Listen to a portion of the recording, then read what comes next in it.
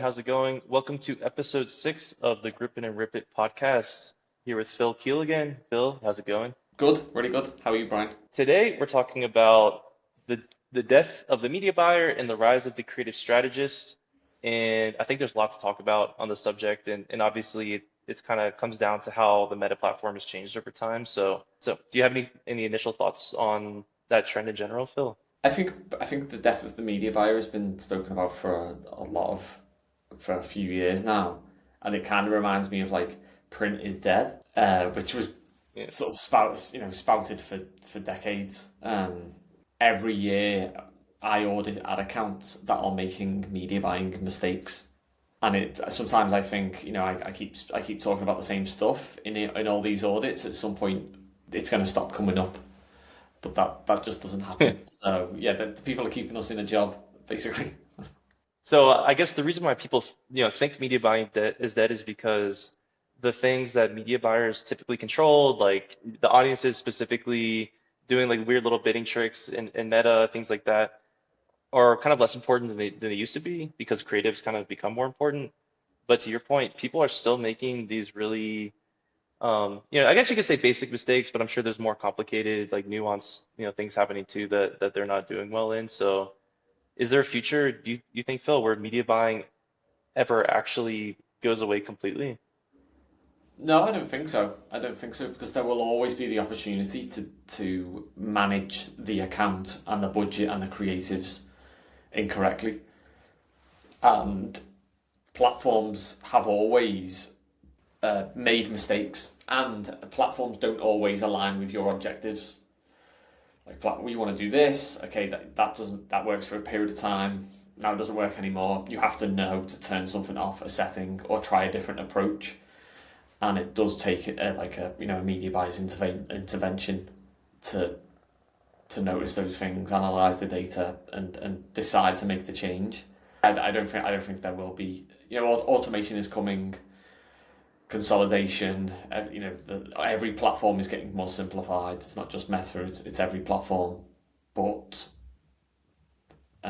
yeah, the mistakes are still being made, and the opportunity to really improve performance by doing a really good job is definitely still there. Yeah. And I think it's probably something where people want to be able to say that, the media buyer is dead, long live the creative strategist. But it seems like in actuality, like if anything, media buyers should probably be cross-training in creative strategy, and also creative strategists will also have an idea of how to do media buying. Would you agree with that statement? 100%, 100%, and that's how we train up our media buyers at Tycoon. Is they don't just come on to learn about media buying; they come on to learn how to write briefs and learn how to become a creative strategist because that will drive the best performance for our clients, and also it makes them a really valuable asset. Is someone who's got a few years under their belt doing media buying and a few years being a creative strategist at the same time. It's a really important skill. And even if they don't become a creative strategist and they focus more on media buying, they know what good ads look like. And it might be an external creative strategist or a separate one, but it's going to be a much better relationship if they can, collaborate. And it isn't one versus the other. It's not media buying versus creative strategy. They're both important. And it's like CRO. You would never really say media buying or CRO. It's both of them. It's the exact same thing. Yeah. Yeah. I mean, I definitely feel like I've seen a lot more people kind of have more of that hybrid role. Like I think I remember maybe like 4 years ago or so, people talking about meta ads would really never talk about creative strategy, or maybe I was in the wrong circles, I don't know. But it seems like now, like you really can't separate like creative strategy from, like any kind of talk about meta ads in general. Yeah, and you need to be, as a media buyer, you need to be able to analyze the creative and analyze at the ad level, and that's always been the case. 5 years ago, 10 years ago, that's always been the case. You need to analyze at the campaign, at the ad set, and at the ad level. And as soon as you start analyzing at the ad level, that is creative strategy because you're looking at ad A versus ad B. what's working best, what should we do more of, ad B isn't working, how do we make it work, how do we iterate on it. That's creative strategy.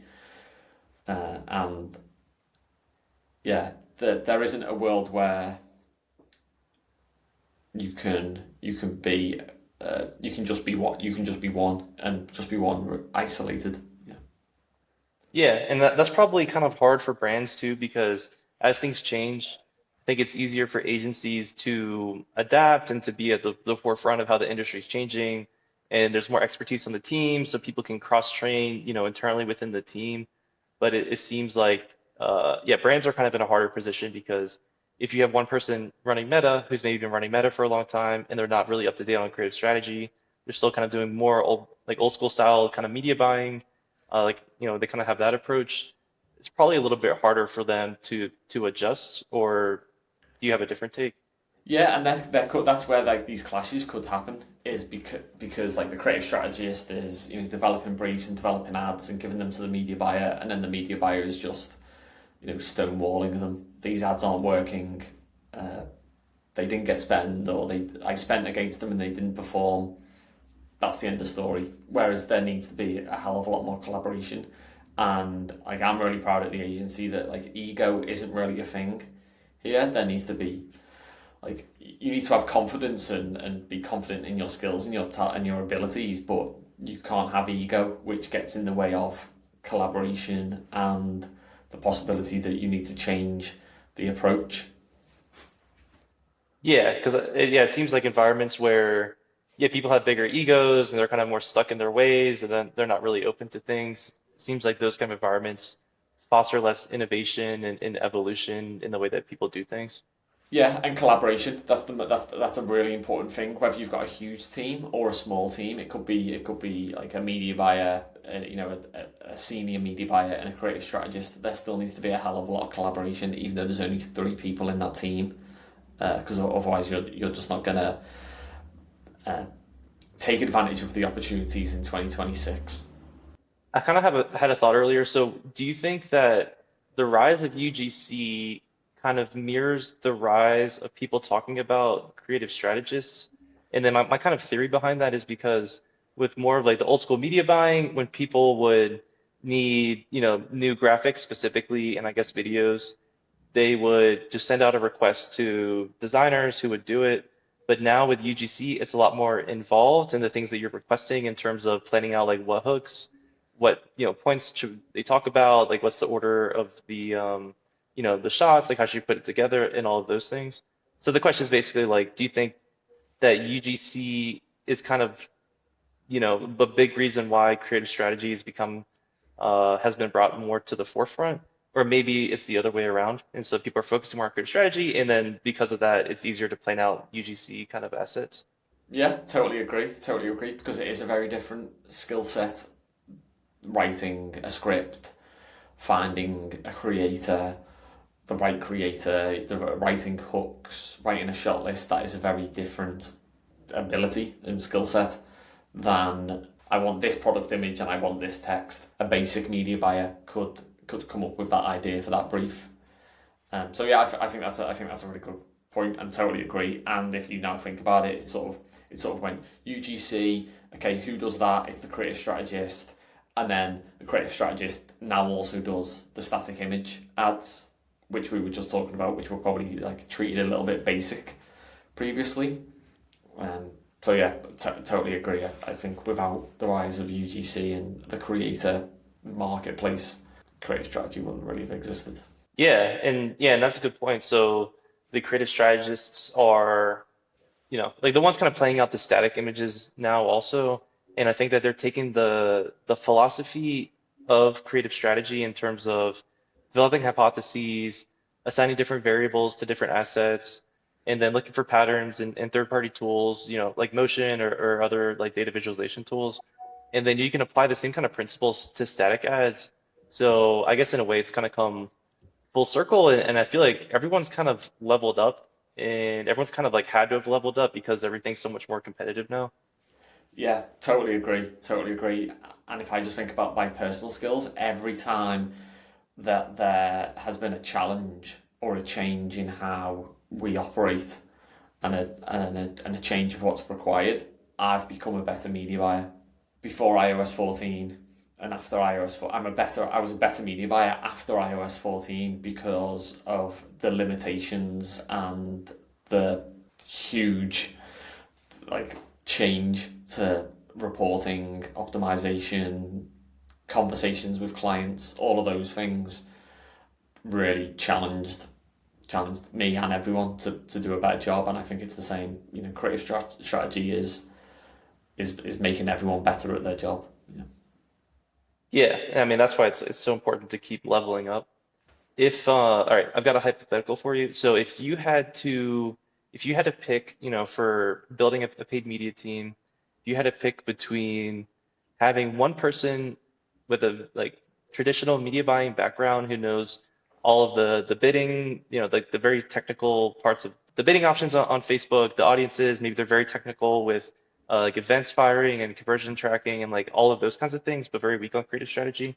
And then if you had a creative strategist who doesn't really do, maybe say they don't even do like really implementation in Meta, they just do the creative strategy. So if you had to pick between one of each of those people being super specialized or two people that are both hybrids and kind of have some of each of those skill sets, what would you choose and why? That's a really, really tough question. And I'll try not to give the politician's answer, which is like, it depends. It depends on their individual experience. I think that someone who is more of a hybrid, the fact that they're more of a hybrid says something about who that person is and their attitude, their willingness to self-learn, like the pace at which they learn. Because a lot of these things are only a few years old.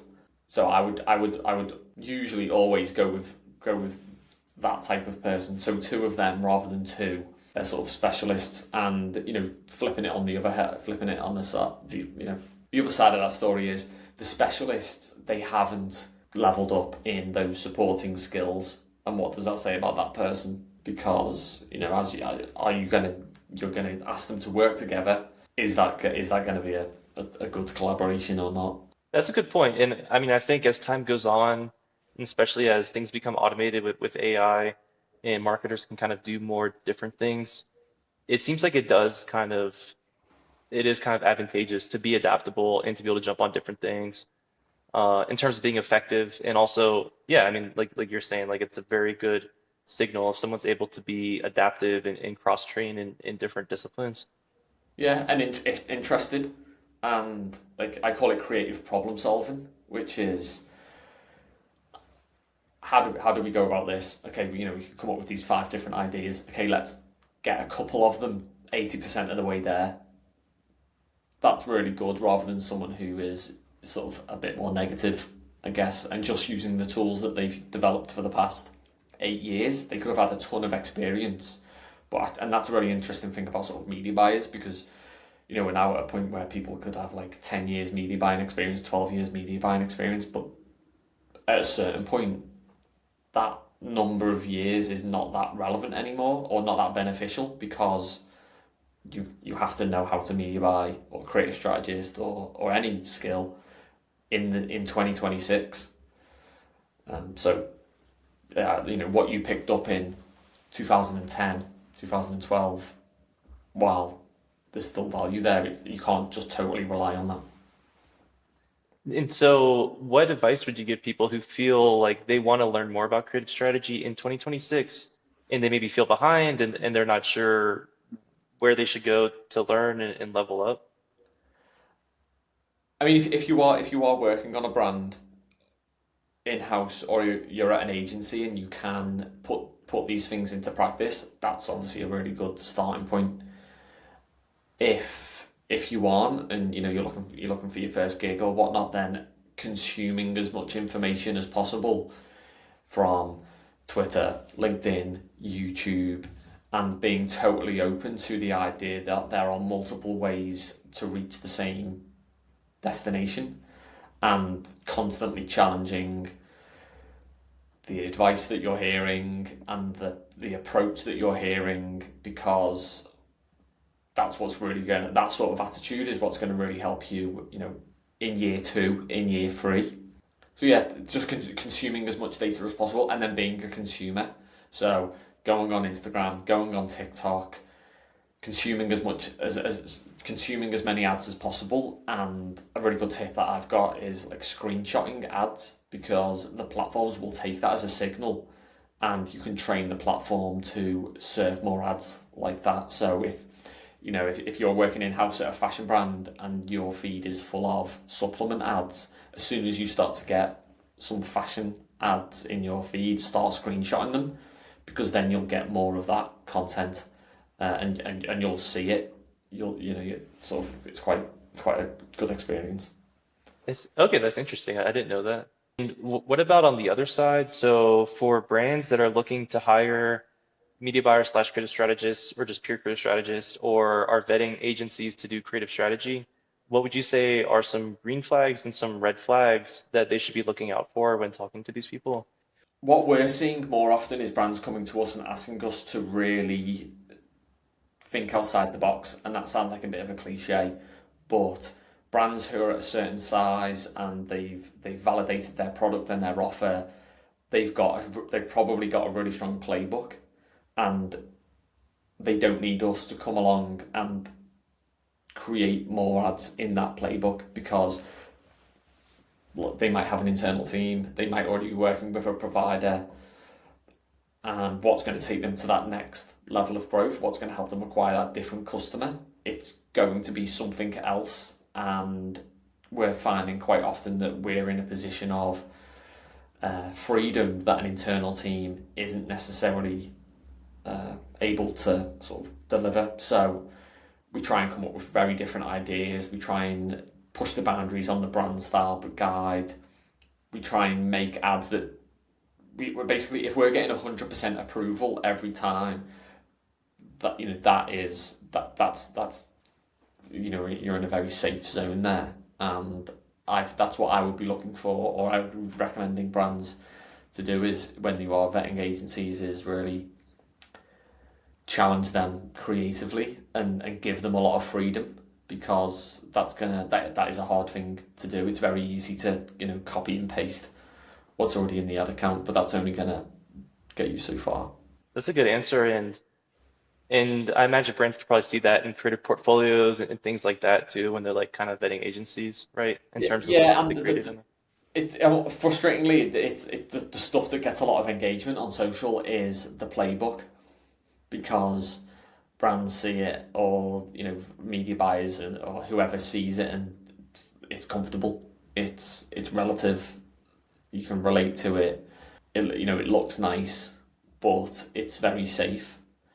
And while we do deliver some of that content, because some brands still do need a flow of that sort of playbook content into their ad account, that's not going to improve performance by 50%. We're talking like 5 to 10% lift, maybe, with when you're just playing it safe. yeah, yeah. I never really thought about it that way, but that makes sense in terms of yeah, playing it safe, and then you have some Hail Marys mixed in there that may turn out really good. So to close the loop, what is your verdict? So is the media buyer dead and the creative strategist is taking their place? Have they merged? Is it something else? What's the verdict? It's not dead. Media buying isn't dead. I can't see it dying or disappearing for at all, to be honest, because the risk is still there to do a bad job with it. And you could have the best creative strategist and the best creative team ever, but if you're managing the account incorrectly, the wrong setup, the wrong use of budget, then you're not going to win. And that's what we see in audits every week. And I don't think Meta can, or any platform can automate uh, their way out of that, if that makes sense. Yeah. So yeah, I mean that makes sense. So it sounds like yeah, moving into a world where everyone there's more cross training, people need to be more hybrid and stay up to date on different disciplines all at once. Yeah, the really big brands, and the reason why media buying isn't dead is because the really big brands that are spending 30k a day, 40k a day, 50k a day on ads, they're doing a hell of a lot of media buying. they're also doing a hell of a lot of creative strategist. Sorry, they're also doing a hell of a lot of creative strategy and delivering a lot of ads. That therefore creates a lot of work for a media buyer. Those big brands aren't going to go anywhere. They're always going to, carve the path for smaller brands. Therefore, that sort of media buyer role will never go because they'll always need it at that size. So yeah, media buying, never get rid of it as much as the meta would maybe like to one day. Don't think it's gonna happen probably.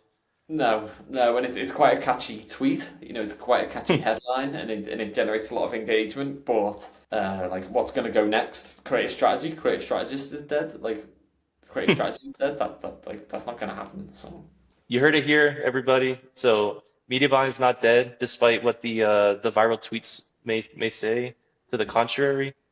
Thank you for your thoughts, Phil, and it's a pleasure talking as always.